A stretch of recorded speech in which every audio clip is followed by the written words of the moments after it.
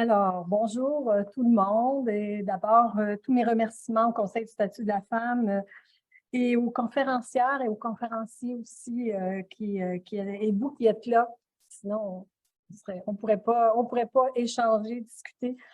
Donc, le titre de ma communication, Valorisation des métiers du CARE, quelle solidarité syndicale et sociale, regard historique et enjeux actuels. Je précise que mes recherches s'inscrivent dans une approche qualitative elles se situent aussi à la frontière de la sociologie du travail et du droit du travail et surtout des enquêtes de terrain. Je voudrais d'abord préciser que quand je parle des métiers du care, je m'inspire de Pascal Molinier et de ses collègues qui les décrivent comme des activités qui consistent les activités du care qui consistent à prendre soin d'autrui, répondre concrètement aux besoins des autres, comme le travail à travers le travail domestique, de soins, d'éducation, de soutien ou d'assistance, entre autres. Moi, dans mes recherches, je me centre sur l'aide à domicile et l'hébergement depuis très, très longtemps. Je suis un peu omnibulée par ce secteur-là, qui me semble emblématique de plusieurs transformations dans le monde du travail, notamment. Mais je m'intéresse aussi aux professionnels et je sais qu'ici, il y a beaucoup de gens qui pourront donner des exemples, d'autres exemples. Alors, d'abord, revenons sur cet avis de 1978 pour les Québécoises, égalité et indépendance du Conseil du statut de la femme, qui dénonçait notamment la forte dévalorisation économique des emplois comportant des analogies avec le travail domestique, et qui soulignait l'importance de fournir des services collectifs, j'utilise les mots du rapport, pour désexiser les tâches domestiques. Et il identifiait deux objectifs liés à ces services. Un, favoriser l'accès des femmes au marché du travail, et deux, soutenir les femmes âgées seules qui constituaient la majorité des personnes âgées. C'est encore le cas aujourd'hui.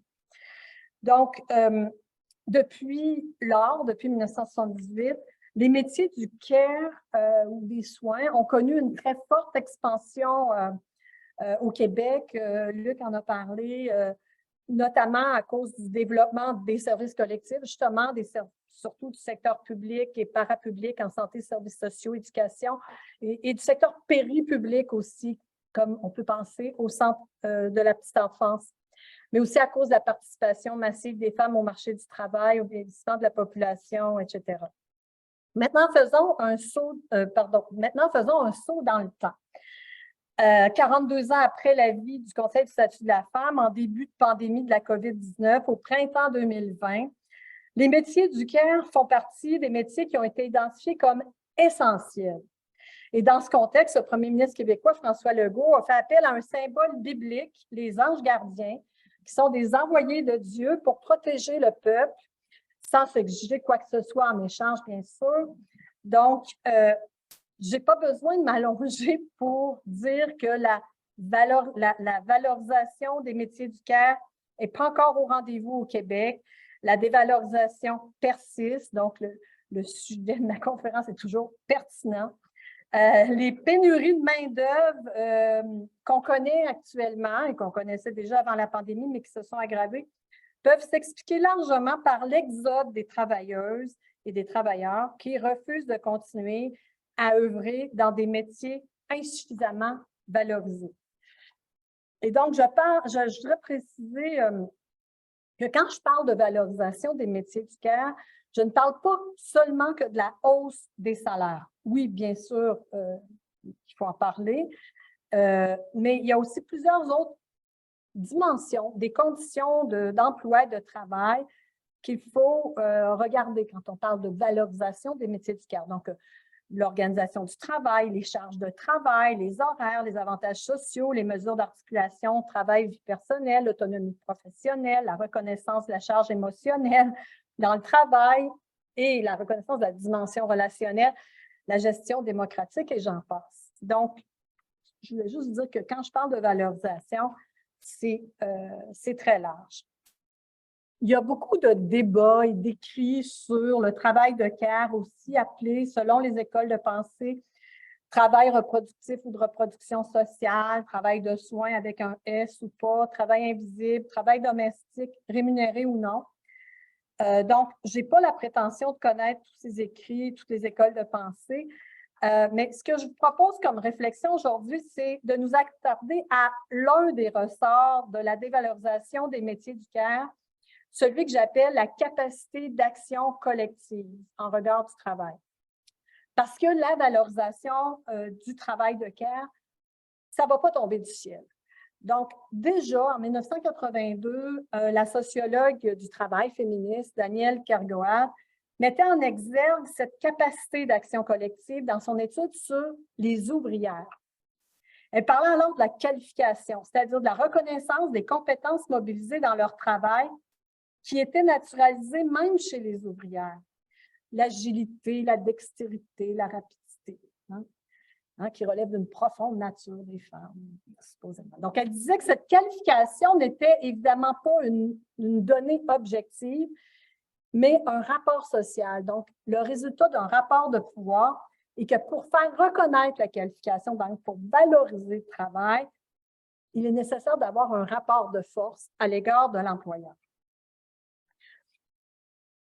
Ce que je voudrais démontrer par cette conférence, ou essayer de poser les bases d'une démonstration, c'est que l'un des ressorts de la dévalorisation des métiers du care, eh bien, c'est l'inégalité dans la capacité d'action collective en regard du travail. Donc, je pose ça plus largement que la syndicalisation sur le plan juridique, mais plus au plan sociologique, la capacité d'action collective, et que cette inégalité est fondée sur le genre, la racisation, en plus de l'aide sur la classe sociale.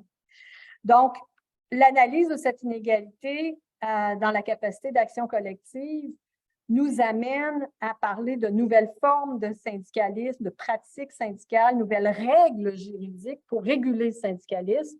Et ultimement, la thèse que je veux défendre dans la conférence, c'est que la valorisation économique et sociale des métiers du care bénéficierait d'un syndicalisme inspiré par celui qui a été porté par les femmes des classes laborieuses au début du capitalisme de production de masse, au début du 20e et pendant le 20e siècle, et aussi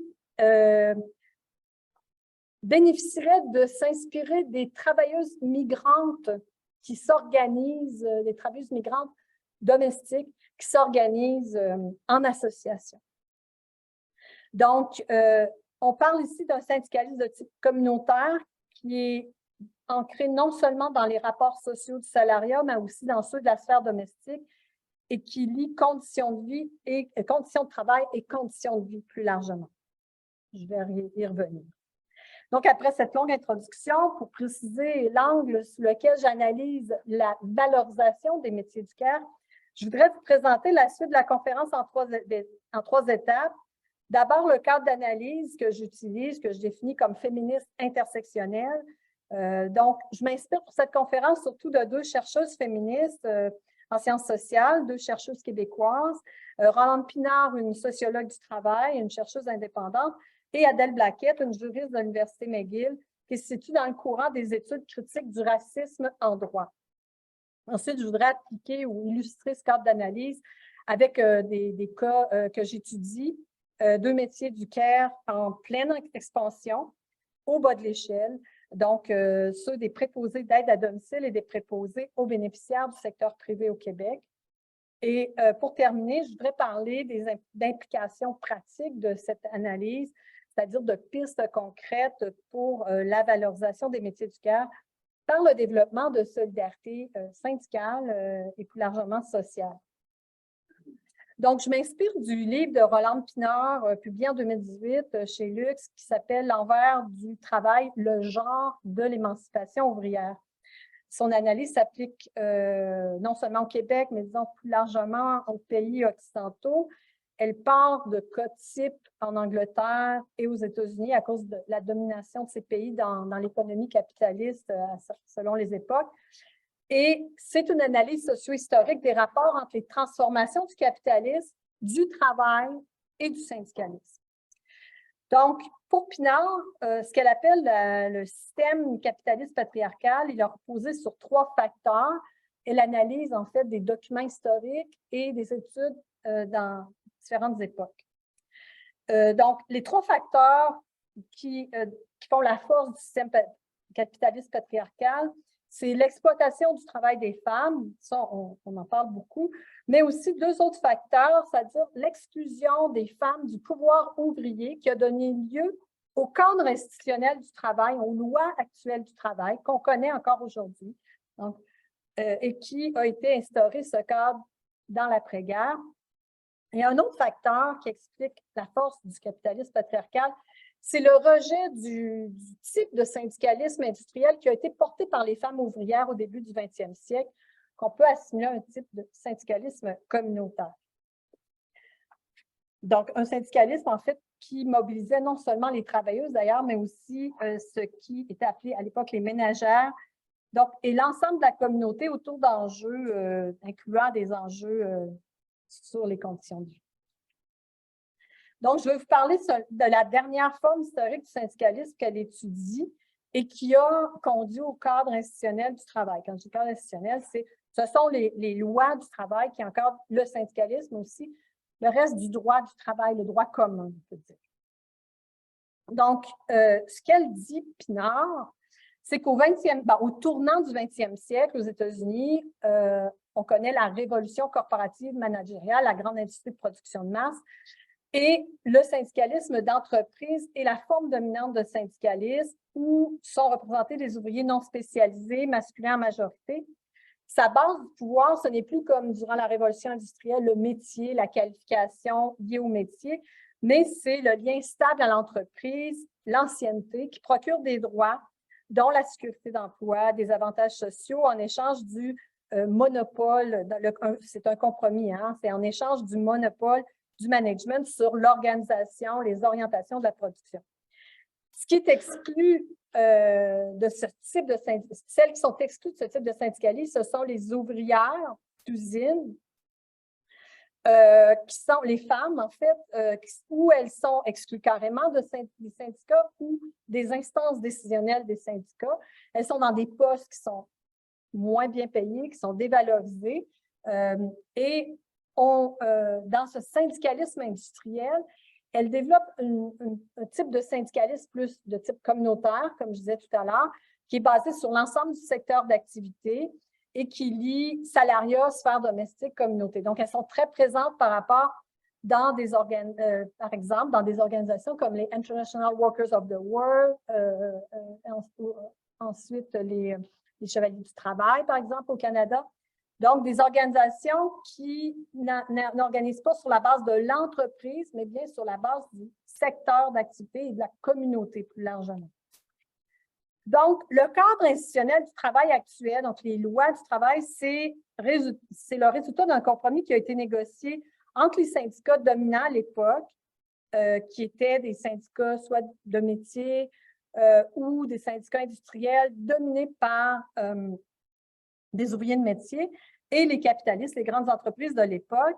Et ça a été établi en fonction donc d'un modèle fordiste, de la grande entreprise intégrée de production de masse, des emplois stables majoritairement masculins pour des hommes considérés comme étant les principaux pourvoyeurs des ménages et un modèle aussi organisationnel fondé sur une concentration ouvrière de grand nombre de travailleurs sur les lieux d'entreprise. Bien sûr, on le sait avec la mondialisation, ce type de syndicalisme-là a perdu des plumes. Hein? Je n'ai pas besoin d'entrer dans les détails. Sauf que c'est quand même le cadre institutionnel, le modèle est encore le modèle qui prévaut aujourd'hui en Amérique du Nord, pour ne parler que d'ici.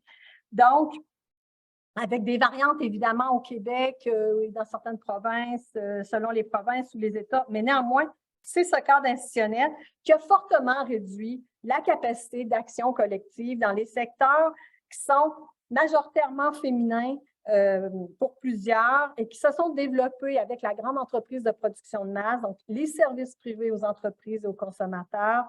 On peut penser aux services de communication, la téléphonie, hein, publicité, administration, assurance, commerce de détail et services domestiques. Donc, pourquoi une faible capacité d'action collective? Parce que la syndicalisation, il est difficile, voire impossible dans ces milieux de travail, dans ces petits milieux de travail, souvent dans des PME, et qui sont atomisés aussi en différentes entreprises, établissements C'est difficile de faire signer clandestinement des cartes d'adhésion syndicale parce que c'est comme ça qu'on procède en vertu des lois. Et c'est difficile aussi d'exercer le moyen de pression type de notre système de relations de travail qui est la grève. Ça fonctionne difficilement dans des secteurs atomisés et dans des secteurs de services. Donc, aux côtés de ce syndicalisme d'entreprise, évidemment, s'est développé le syndicalisme dans le secteur public-parapublic et l'encadrement juridique spécifique à partir des années 60, si on prend le cas québécois. Mais la capacité d'action collective dans ce secteur public-parapublic est très limitée, hein, parce que les lois restreignent fortement le droit de grève dans les lois même. Et en plus, l'employeur législateur utilise fréquemment son pouvoir ou la menace pour adopter des lois spéciales et restructure souvent aussi l'organisation des services et du travail, ce qui permet d'affaiblir grandement le pouvoir des organisations syndicales. Ma deuxième source d'inspiration, et j'irai un peu plus vite, c'est Adèle Blackett et ses travaux, notamment son dernier livre, Everyday Transgressions, sur les, et je traduis le sous-titre, le défi transnational du droit international du travail par les travailleuses et travailleurs domestiques. Donc, elle propose un changement de paradigme par rapport au cadre fordiste, genré, ethnocentré, eurocentré, hein, parce que, bon, provenant aussi des pays d'Europe et des pays qui ont été colonisés par ceux-ci, et ethnocentré dans le sens que les groupes traditionnellement discriminés n'occupent pas des positions sur le marché du travail qui leur permettent de bénéficier pleinement du cadre institutionnel qui est mis en place, hein. Donc, ils sont des groupes traditionnellement discriminés. On parlera des femmes, mais aussi des groupes de socio-racisés, des immigrants, personnes immigrantes. Donc, dans les services privés, domestiques, agricoles, petites entreprises, travail informel, etc.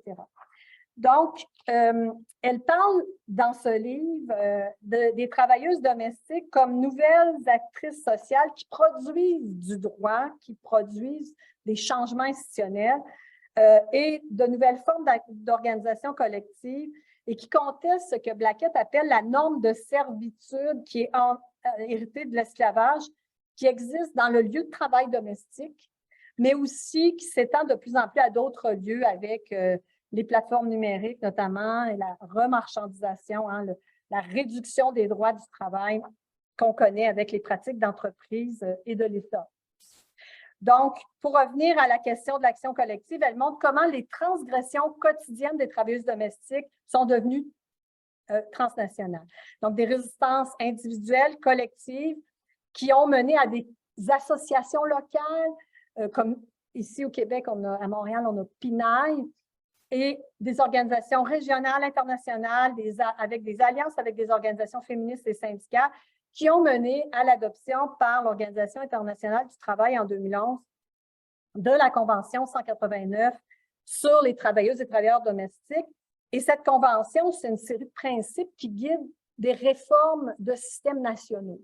Donc, par cette mobilisation, sur des bases d'associations qui ne sont pas une syndicalisation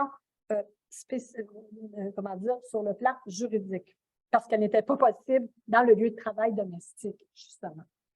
Donc, cette convention reste à ratifier. Elle a été ratifiée seulement par 36 pays. Elle dérange beaucoup apparemment. Le Canada ne l'a pas encore ratifiée, ni les États-Unis, ni la France. Donc, je voudrais maintenant parler rapidement du cas des préposés d'aide à domicile et aux bénéficiaires du secteur privé au Québec pour appliquer ce qu'on vient de voir. En fait, ce sont des secteurs très, très fragmentés. Ils vont l'être encore plus avec la réforme de la santé des services sociaux qui nous est annoncée par le ministre Christian Dubé. Donc, ça résulte de politiques néolibérales, de sous-financement des services publics, parapublics, de privatisation, évidemment. Donc, d'un côté, dans l'aide à domicile, on voit que les organisations publiques en orange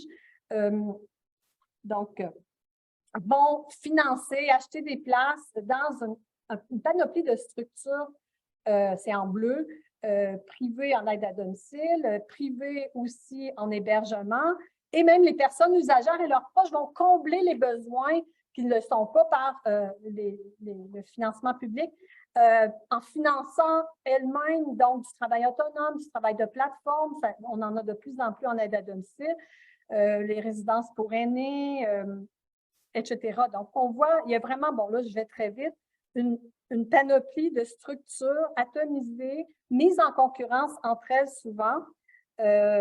Et donc, ce ne sont pas que les métiers du care qui sont fragmentés. Là, on pourrait donner l'exemple des services de garderie, les professionnels aussi dans le secteur professionnel avec la montée du secteur privé, les cliniques privées, etc., dans le domaine de la santé.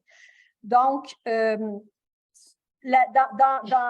le secteur, les secteurs en bleu, la valorisation du travail de care est très faible. Il y a une forte proportion de femmes racisées, de personnes à statut migratoire précaire qui sont confinées parce qu'elles ont une moindre mobilité sur le marché du travail, donc des demandeuses d'asile, des migrantes à statut temporaire qui ont un permis rattaché à un employeur unique qu'on retrouve, bon, en ce moment, il y en a quelques centaines dans les résidences pour aînés et ce qu'on a documenté, moi et le Centre des travailleurs travailleuses immigrants, c'est des conditions de quasi-esclavage pour ces secteurs d'emploi. Donc, la capacité d'action collective par le droit du travail est très restreinte. L'accès à la syndicalisation formelle est difficile, bon, impossible dans les agences de placement, le chèque emploi-service, très difficile dans les plateformes numériques en aide à domicile. On n'est pas rendu non plus là à l'organisation collective.